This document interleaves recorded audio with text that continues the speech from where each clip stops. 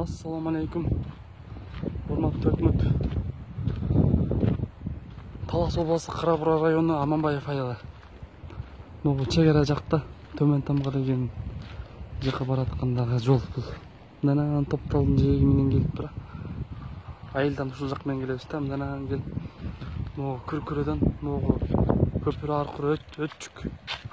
Бул көпүрө азыр казактар мынакей жолду жаап чыгышты. Жолду жаап мындан өтчү келет.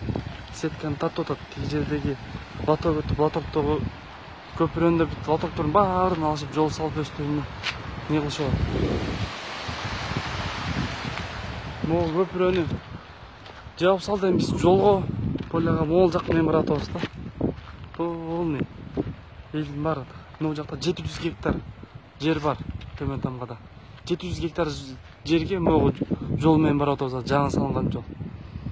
Тиги жак менен барып тура Күркүрөдөн өтөбүз.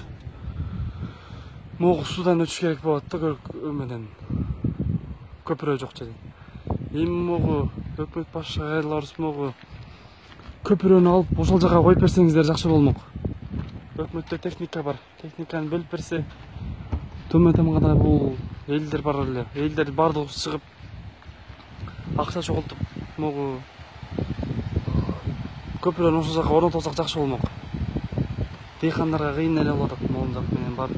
Тиги жакта жолда жок, жолмо-жол могу полялардын суулары бүт чыккан суулары, сугарганда чыккан суулар баары жолго чыгып атат. Жолдун баары эзилип атат.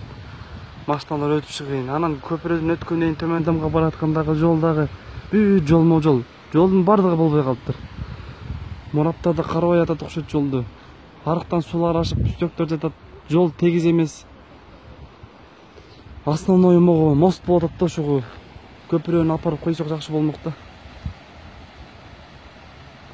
Ошону чечип берсеңиздер.